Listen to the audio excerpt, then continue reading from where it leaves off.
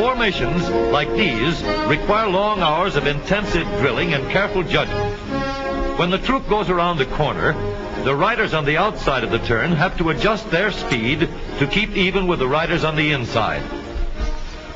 The man on the outside has to ride a lot farther and a lot faster in order to keep up with the parade. The outside wheels must spin faster than the wheels on the inside because they have a greater distance to travel in the same length of time. When a wagon turns a corner, the wheels can travel at different speeds because each one can turn freely on the axles. And in the early automobiles, the rear wheels turned separately and only one wheel was connected to the engine. But when only one wheel was driven by the engine, it had to do all the work, and it couldn't get a good enough grip on the road to do its job properly. So the one-wheel drive was soon out of date. But if two wheels are locked on an axle so that they are not free to turn separately, one or the other has to slide. So engineers had to find a way to connect both rear wheels to the engine without sliding and slipping on turns. The device which makes this possible is a part of the rear axle. It is called the differential because it can drive the rear wheels at different speeds. The differential looks complicated, but once we understand its principle, it is amazingly simple. These two wheels are mounted on separate axles and supported by a frame so that they can revolve freely at different speeds. Let's fasten a spoke on the inner end of each axle so that by turning the spokes, we can turn each wheel separately. With a bar or crosspiece, we can turn both wheels in the same direction at the same rate of speed. Let's get something to hold this bar in place so that it will press against the spokes. Notice that this support is not locked to the axle. It turns freely. Now we can spin the wheels by rotating the support.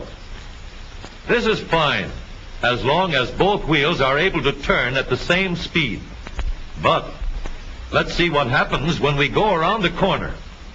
With this arrangement, we cannot drive one wheel faster than the other. And if we stop one wheel, the other wheel won't budge.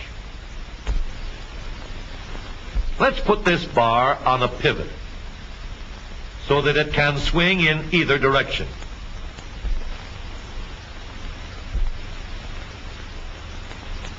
Now, the bar can still turn both wheels at the same speed. And because it pivots, it lets one wheel turn even when the other is stopped. But if turned too far, the bar will swing around until it won't drive the spokes that turn either wheel. We need another crossbar and more spokes to carry on the job.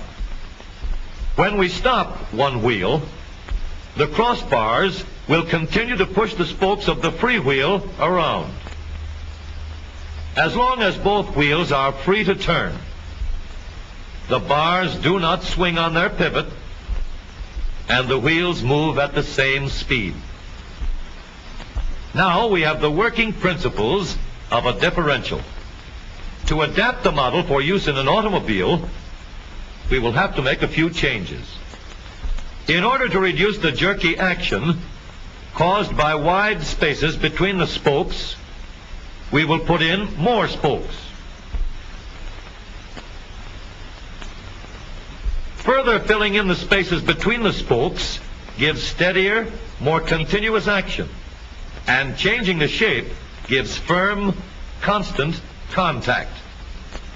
Now we can make the gears thicker and stronger, and we have differential gears. The edges are cut so that they will fit together more smoothly and silently. And another gear is added to share the work of driving the axles. The principle is the same.